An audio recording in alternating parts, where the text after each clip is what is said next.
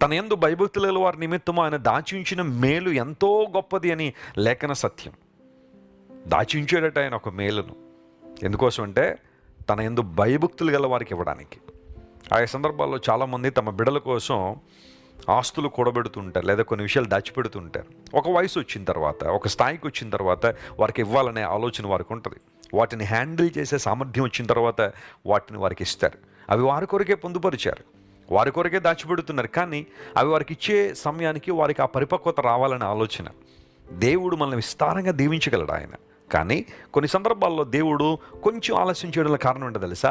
ఆ దీవెనను, ఆ ఆశీర్వాదాన్ని నువ్వు సరిగ్గా హ్యాండిల్ చేయాలని దేవుని యొక్క ఆలోచన, సరిగ్గా వినియోగించాలని ఆలోచన. ఎందుకోసం అంటే ప్రపంచంలో చాలామంది దేవుని నుండి మేలు పొందుకుని తప్పిపోయిన వారు ఉన్నారు. కష్టాల్లో ఉన్నప్పుడు, శోధనలో ఉన్నప్పుడు, అగ్ని వంటి మహాశ్రమంలో వారు వెళ్తున్నప్పుడు దేవుని నమ్మకంగానే వెంబడించారు, దేవుని నమ్మకంగానే ఆరాధించారు.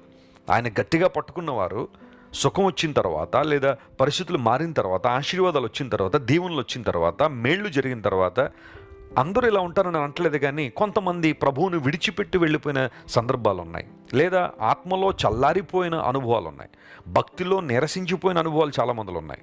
అయితే బైబిల్ సెలవిస్తూ ఉంది, దేవుడు నీకు మేలు చేయాలని నీ మీద దృష్టి ఉంచాడు. ఆ వచ్చిన భాగంలో మనం చూస్తే ఆయన పడగొట్టక కడతారు అని, పెళ్ళగింపక నాటుతారని చాలా స్పష్టంగా అక్కడ రాయబడింది. ప్రభువు నిన్ను నిలబెట్టేవాడే కానీ, కట్టేవాడే కానీ నిన్ను పడగొట్టేవాడు కాదు. Praise the lord.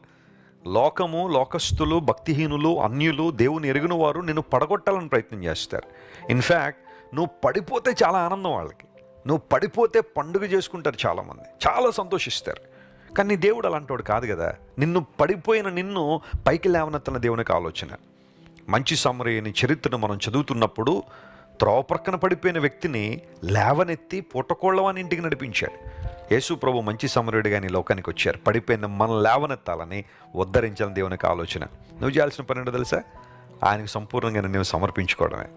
ప్రభువా, నీవు నన్ను లేవనెత్తువాడు కనుక నీకు నా జీవితాన్ని సమర్పిస్తున్నానని సంపూర్ణంగా ఆయనకు అప్పగించగలిగితే మరెన్నడూ పడిపోకుండా దేవుడు నిన్ను కట్టేవాడు, ఇంకెప్పుడు పెళ్ళగించకుండా దేవుడిని నాటుతానని వాగ్దానం చేశాడు. సంఘం అనే ఆ వనములో దేవుడిని నాటి నీ ద్వారా తన నామాన్ని మహింపరుచుకుని తన రాజ్యాన్ని విస్తరింపచేస్తారు. అలాంటి కృప దేవుడు మీకు దయచేయను గాక.